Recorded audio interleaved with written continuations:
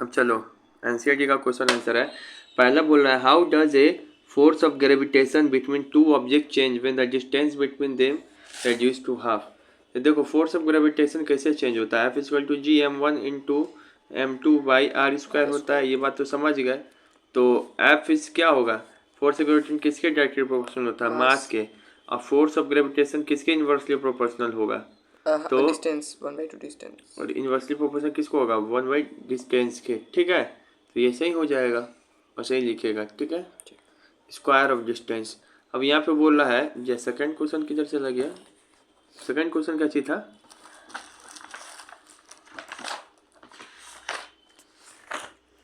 Second वाला बोल रहा है कि ग्रेविटेशनल फोर्स अगर मास पे डिपेंड करता है तो ग्रेविटी का काम क्या है, खींचना। तो ग्रेविटेशनल फोर्स क्यों नहीं हेवी मास को जल्दी खींच लेता है। तो देखो फोर्स इक्वल टू क्या होता है, मास इंटू एक्सेलरेशन। ठीक है, मास इंटू एक्सेलरेशन जब गिरता है तो ये एक्सेलरेशन को क्या बोलते हैं, जी। ठीक है ना, क्या बोलते हैं, जी। और जो जी है इसी पे वेलोसिटी डिपेंड करता है, भले मास कोई भी हो। कैलुली एक्सपेरिमेंट किया था तो उसमें क्या देखा था, जी पे डिपेंड करता है, जी का वैल्यू कांस्टेंट है तो फिर मास क्या हो जाएगा, उस पर डिपेंड नहीं करेगा वेलोसिटी। यहाँ पे यही लाइन लिखेगा। ठीक है, फोर्स मास इंटू एक्सीलरेशन होता है जैसा कि हम लोग जानते हैं। Now it is given us that the gravitational force acts on all object is proportional to their mass. इसी कारण फोर्स बोलना चाह रहा है, उसको बोल रहा है कि हाँ फोर्स मास के बराबर थी, प्रोपोर्शनल होता है, तो इस हिसाब से होना चाहिए। लेकिन ऐसा तभी होगा this is possible one if the acceleration due to gravity is constant. Acceleration due to gravity is constant for heavy, अरे लिख लेगा, ये समझ में आ गया। For heavy object as well as light object since the acceleration is constant. ये acceleration क्या होता है, कांस्टेंट। चाहे यहाँ पे सिंपली इतना भी लिख लेना, ये सब बकवास है, इतना लिख लेना एज वी नो, मतलब एज वी नो करके ये तो ठीक है ना। सिंस द एक्सीलरेशन कांस्टेंट होता है, यहाँ पर तीन चीज लिखना। देखो एक तो ये लिख लेना कि हम लोग जानते हैं कि force is equal to mass into acceleration होता है, इस कारण फोर्स डायरेक्टली प्रोपोर्शनल होगा मास के। लेकिन एक्सीलरेशन क्या होगा, कांस्टेंट होगा सभी के लिए, इसी कारण लाइटर ऑब्जेक्ट या फिर हेवियर ऑब्जेक्ट का स्पीड क्या होगा, सेम। 3 पॉइंट लिख लेगा।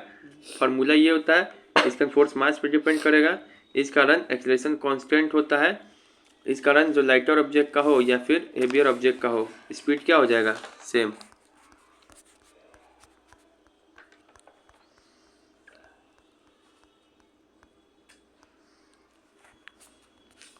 What is the magnitude of the gravitational force between the earth है। ठीक है ना, ग्रेविटेशनल फोर्स का मैग्नीट्यूड क्या होता है, ये फार्मूला होता है जी m1 × m2/r²। जी का वैल्यू क्या है, ये है। m1 का वैल्यू क्या है, ये है। m2 का वैल्यू क्या है, ये है। r का वैल्यू क्या है, दिया हुआ है यहाँ पे, निकाल दो इसको, सॉल्व करेगा। ठीक है, वैल्यू लिख के भी छोड़ देगा, हो गया। अब ये वाला क्वेश्चन तो हम बता ही दिए थे, अर्थ मून एक दूसरे को अट्रैक्ट करता है, तो वो तो वहीं से जाके फिर से लिख लेगा। चाहे नहीं लिखे ना कोई दिक्कत नहीं, एक बार तो लिख ही लिया है, समझ लिया है, तो वही है क्वेश्चन। ये भी बताए कि मून क्यों घूमता है, ऐसा क्वेश्चन बताए थे ना। लिखा है कॉपी में अच्छा से, केस बना के समझाए थे। ठीक है, यहाँ पर what happens to the force between two object if the, क्या है इसमें, अगर मास डबल कर देंगे तो फोर्स क्या हो जाएगा, डबल हो जाएगा। मास अगर चौरपल कर देंगे तो फोर्स क्या हो जाएगा, चौरपल। डिस्टेंस डबल कर देंगे तो फोर्स क्या हो जाएगा, डिक्रीज 1/4 से। ये सब आता है ना, बच्चा टाइप का क्वेश्चन हो गया। ठीक है, फोर्स विल डिक्रीज बाई 1/4। और कोई क्वेश्चन है, बना रुको इसको 5 मिनट बताते हैं तुमको। ठीक है, importance of universal of gravitation का क्या इम्पोर्टेंस है, तो ये 4 पॉइंट है। एमसीक्यू में भी पूछ सकता है, इसे भी पूछेगा कि लॉ ऑफ ग्रेविटेशन का, यूनिवर्सल ऑफ ग्रेविटेशन क्या होता है, इसका क्या इंपॉर्टेंस है, 4 पॉइंट लिखेगा।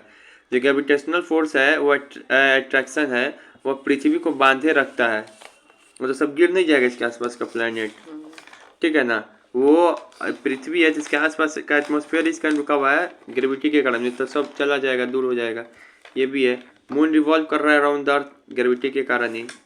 जो टाइड बनता है tide form by rising and falling water level in the ocean. बस इतना याद रखो।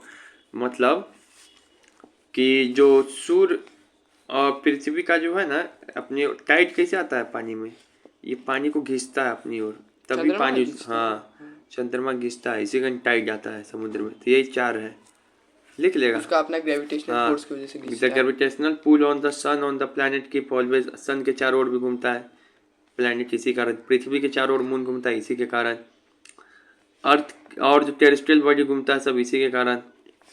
अर्थ एटमोस्फेयर बाइंड किया इसी कारण। टाइड जो आता है, राइज एंड फॉल होता है वाटर का, इसी के कारण। समझ में आ गया? लिख लेगा, समझ गए। लिख लेना ये सब, ठीक है।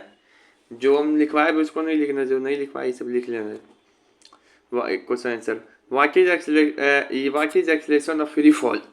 जब किसी ऑब्जेक्ट को हाइट से गिराते हैं तो उसे gravitational force of the earth is called free fall, ठीक है ना? वो नहीं लिखना। नहीं, ये लिखना है सिर्फ। What do we call the gravitational force between Earth and object? The gravitational force between the Earth and object is called Earth gravity. Earth object के बीच में क्या है? अर्थ ही ना घिसता है, इसको अर्थ ग्रेविटी बोलते हैं। Gravity is the force that जो ऑब्जेक्ट को अट्रैक्ट करता है टुवर्ड्स सेंटर ऑफ द अर्थ।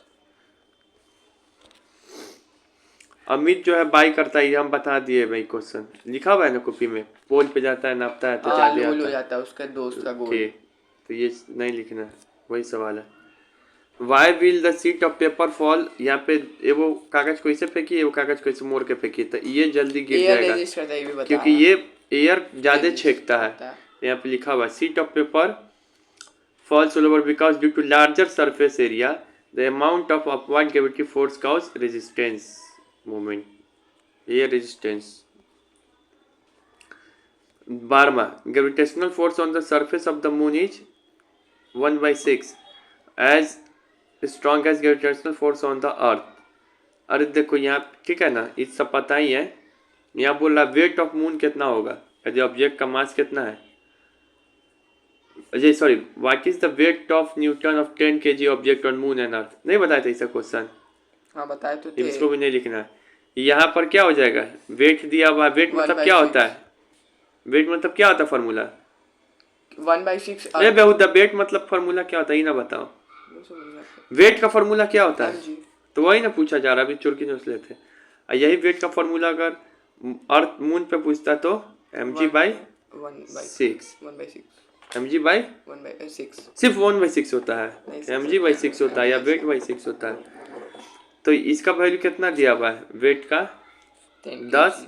तो मून पे कितना हो जाएगा? 10/6 नहीं हो जाएगा, ठीक है ना। वेट दिया हुआ है, जैसे मास दिया हुआ है, ये तो वेट पूछ रहा है, तो मास दिया हुआ है, तो मून ये मास दिया हुआ है ना, m का वैल्यू तो कितना है? 10, 9.8 इंटू 6। लेकिन यही पूछ दे तुमको अर्थ पे तो कितना हो जाएगा? 10 इंटू सिर्फ 9.8, सिर्फ ये हम कराए हुए क्वेश्चन, ये भी नहीं और लिखना ये है। इसका मास का कोई चेंज ही नहीं होगा वहाँ पे तो। ए बॉल इज थ्रोन बट ये भी कराए हुए हम, ऊपर फेंकते हैं, केस में कराया, केस 1, ठीक है, ये भी कराए हुए हैं कि जब नीचे गिरता है अपने से भी करके देखना। ये कौन वाला केस है? अपने से केस पकड़ के देखना, बनाना। मैक्सिमम हाइट पूछ रहा है, तो मैक्सिमम हाइट पे क्या होता है? v0, बाकी u दिया है, फॉर्मूला लगा के दिमाग लगाइए। टोटल टाइम पूछ रहा है, रिटर्न में कितना होगा, तो v बराबर u + 80 से निकालेंगे। क्या बनाए हुए हैं तो यार। जब ये रिटर्न होगा तो फाइनल वेलोसिटी क्या होगा? Total time its take to return the surface of the earth. जब गिरेगा तो क्या हो जाएगा? v0। हाँ v0 होगा। तो प्रैक्टिस कर लेना फिर से रफ कॉपी में, भले केस बनाया अच्छा से लिख लिया, लेकिन इसको प्रैक्टिस कर लेगा कि कब क्या जीरो हो रहा है। नहीं समझ में आया तो पूछना कल फिर। अब हर चीज़ तुमको बताया नहीं जा सकता, हाथ पकड़ पकड़ के, अपने भी पढ़ना रहता है, नहीं करता है तुम अपने से।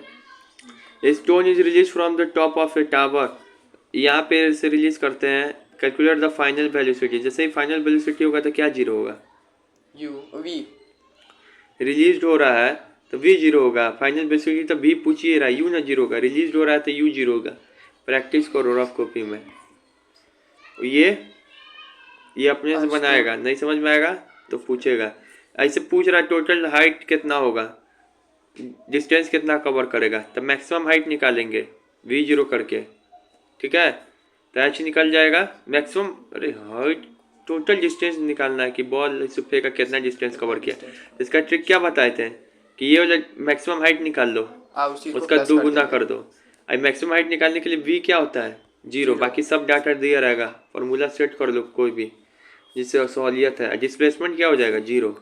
ये भी बताया, कॉपी में नोट नहीं करना है कि प्रैक्टिस करना है, खाली तुम छाप लिया है, क्वेश्चन नहीं पकड़ पा रहा है डाटा चेंज करके, लैंग्वेज वही है। अब यहाँ पे बोल रहा है calculate the force of gravitation, यहाँ दिया है mass of earth, mass of सन, तो नहीं निकाल देगा। डिस्टेंस भी दिया दोनों के बीच का है, F is बस equals to फॉर्मूला पे mu सजा देना।